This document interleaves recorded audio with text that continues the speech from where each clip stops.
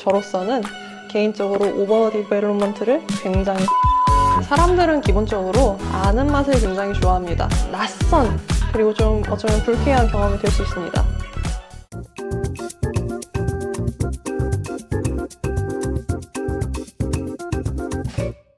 안녕하세요.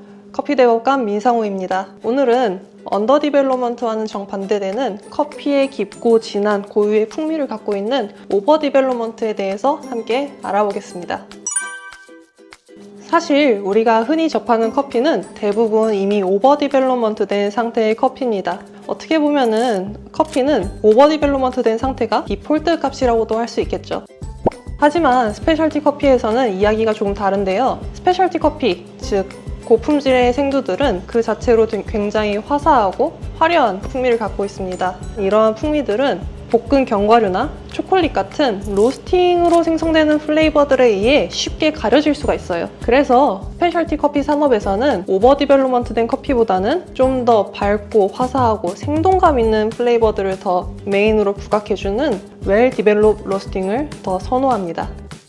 룰집의 정의를 한번 보면은 오버 디벨롭먼트란 과도한 로스팅으로 인해 플레이버가 파괴된 상태를 말하며 산미와 플레이버가 모두 소멸된 듯 무미하게 느껴진다. 이는 SCA 플레이버 휠의 로스티드 계열 노트와 연관될 수 있다 라고 정의하고 있습니다.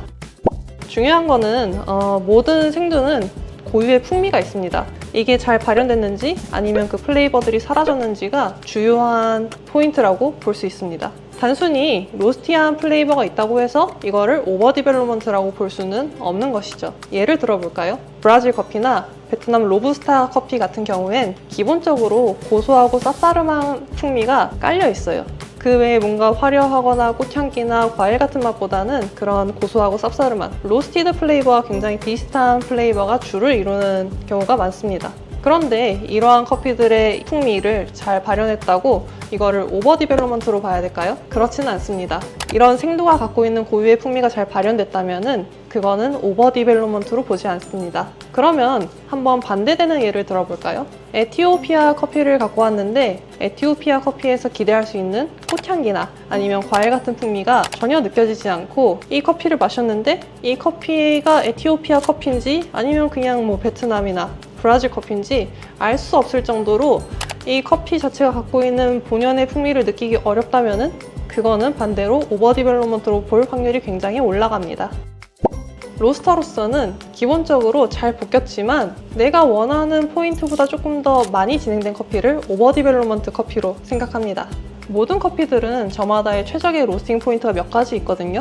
근데 그 포인트에 최대한 근접하게 맞추는 게 이제 로스터의 임무입니다. 그 포인트를 명확히 넘겼다면 그것은 오버 디벨롭먼트로 볼 수 있습니다. 스페셜티 커피 기준으로는 일정 이상 볶이게 되면 어쩔 수 없이 오버 디벨롭먼트 상태가 되는데요. 저로서는 개인적으로 오버 디벨롭먼트를 굉장히 사랑합니다. 네, 왜냐면은 이 오버 디벨롭먼트가 되었을 때 이게 정말 잘 되었을 때 기준으로 커피 생두가 갖고 있는 본연의 화사함과 로스팅 플레이버가 같이 입혀져서 첫 맛은 굉장히 커피스러운데 그 입에서 넘어가면서 그리고 입 여운에 남는 그런 풍미가 굉장히 커피 자체의 생동감과 화려함을 갖고 있는 경우가 매력적이고 그 다채로운 레이어가 정말 이루 말할 수 없을 정도로 완전 새로운 경험을 주기 때문에 오버 디벨롭먼트를 정말 개인적으로 너무 사랑합니다.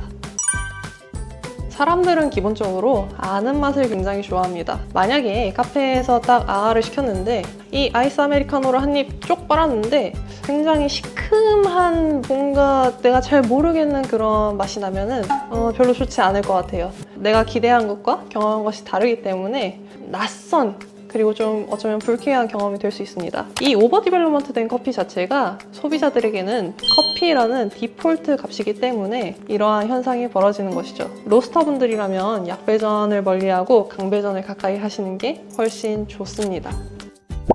오버 디벨롭먼트는 스코칭은 또 아닙니다. 스코칭은 명확히 탄맛이나 탄향이 함께 있는 것이고 순수하게 오버 디벨롭먼트 된 커피라면은 훨씬 더 볼드하고 선이 굵은 그리고 견과류나 초콜릿, 커피 본연의 풍미가 훨씬 더 잘 살아있는 그러한 커피입니다. 근데 일반적으로 오버 디벨롭먼트들이 스코칭을 동반하는 경우가 현실적으로 조금 많아요. 오버 디벨롭먼트에 대해서는 대회에서의 정의와 현장에서의 정의는 명확하게 다릅니다. 이는 언더 디벨롭과도 똑같습니다. 대회에서는 철저하게 대회의 기준으로 오버 디벨롭먼트 커피를 평가하고 현장에서 이게 더 많이 갔는지 더 가지 않고 정확하게 내가 원하는 포인트에 들어왔는지를 바탕으로 오버 디벨롭먼트를 평가합니다. 오늘은 오버 디벨롭먼트 커피에 대해 알아보았습니다. 오버 디벨롭먼트 커피는 어쩌면 커피의 가장 기본값이고 가장 오랫동안 이어진 헤리티지라고도 볼 수 있습니다. 혹여라도 커피가 무조건 밝아야만 된다고 생각하셨던 분들이 계신다면 오늘 이 영상을 계기로 한번 새로운 관점을 가져보시는 것도 좋을 것 같습니다. 오늘도 함께 해주셔서 감사합니다.